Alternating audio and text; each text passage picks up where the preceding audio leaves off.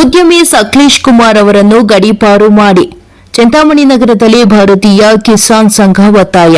ಚಿಕ್ಕಬಳ್ಳಾಪುರ ಜಿಲ್ಲೆಯ ಮಂಚೇನಹಳ್ಳಿ ತಾಲೂಕು ಕೋನಗಾನಕೊಪ್ಪ ಗ್ರಾಮದಲ್ಲಿ ಕಲ್ಲು ಗಣಿಗಾರಿಕೆಗೆ ನೀಡಿರುವ ಪರವಾನಗಿಯನ್ನು ಕೂಡಲೇ ರದ್ದುಪಡಿಸಿ ರೈತನ ಮೇಲೆ ಗುಂಡು ಹಾರಿಸಿರುವ ಉದ್ಯಮಿ ಸಕ್ಲೇಶ್ ಕುಮಾರ್ ಅವರ ಮೇಲೆ ಪೊಲೀಸ್ ಇಲಾಖೆ ರೌಡಿ ಶೀಟರ್ ಮಾಡಿ ಅವರನ್ನು ಜಿಲ್ಲೆಯಿಂದ ಗಡೀಪಾರು ಮಾಡಬೇಕೆಂದು ಭಾರತೀಯ ಕಿಸಾನ್ ಸಂಘವು ಒತ್ತಾಯಿಸಿ ನಗರದ ತಾಲೂಕು ಕಚೇರಿ ಮುಂದೆ ಧರಣಿ ನಡೆಸಿ ನಂತರ ಕಂದಾಯ ಅಧಿಕಾರಿಗಳ ಮೂಲಕ ಸರ್ಕಾರಕ್ಕೆ ಮನವಿ ಪತ್ರ ಸಲ್ಲಿಸಲಾಯಿತು.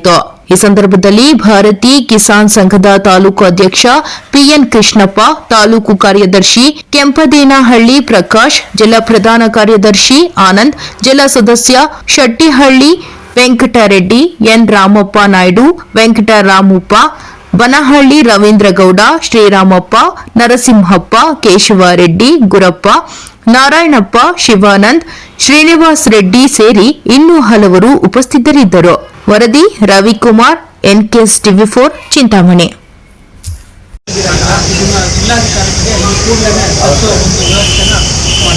ಯಾಕಂದ್ರೆ ದೇಶದ ಬೆನ್ನೆಲುಬು ಇರ್ತಕ್ಕಂಥ ರೈತನಿಗೆ ಈಗ ಬಂದಿರ್ತಕ್ಕಂಥ ಪರಿಸ್ಥಿತಿ ನಮ್ಮನ್ನು ಆಳ್ತಕ್ಕಂಥ ಸರ್ಕಾರಗಳ ಮಧ್ಯೆ ಓರ್ವ ಗಣಿತ ಇದೆಯಾ ಅಂತ ನಾವು ಇವಾಗ ನಾವು ರೈತರು ಹೇಳಲು ಸಿದ್ಧವಾಗಿದೆ. ಯಾಕಂದ್ರೆ ಪ್ರಾಣಿಗಳನ್ನು ಕೊಡುವ ರೀತಿಯಲ್ಲಿ ಮನುಷ್ಯರನ್ನು ಕೊಡೋಕೆ ಬಂದ್ರೆ ಅವನಿಗೆ ದುರಾಂತ ಇರ್ಬೋದು, ಅವನಿಗೆ ಅಧಿಕಾರದ ಒಂದು ಬೆಂಬಲ ಇದೆ, ಹಣದ ಬೆಂಬಲ ಎಷ್ಟಿದೆ.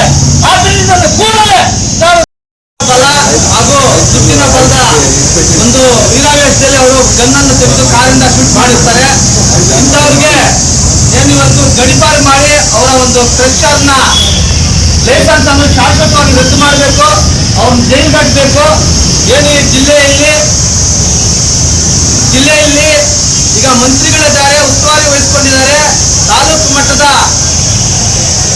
ಮಟ್ಟದ ಅಧಿಕಾರಿಗಳಿದ್ದಾರೆ, ಜಿಲ್ಲಾ ಮಟ್ಟದ ಅಧಿಕಾರಿಗಳಿದ್ದಾರೆ.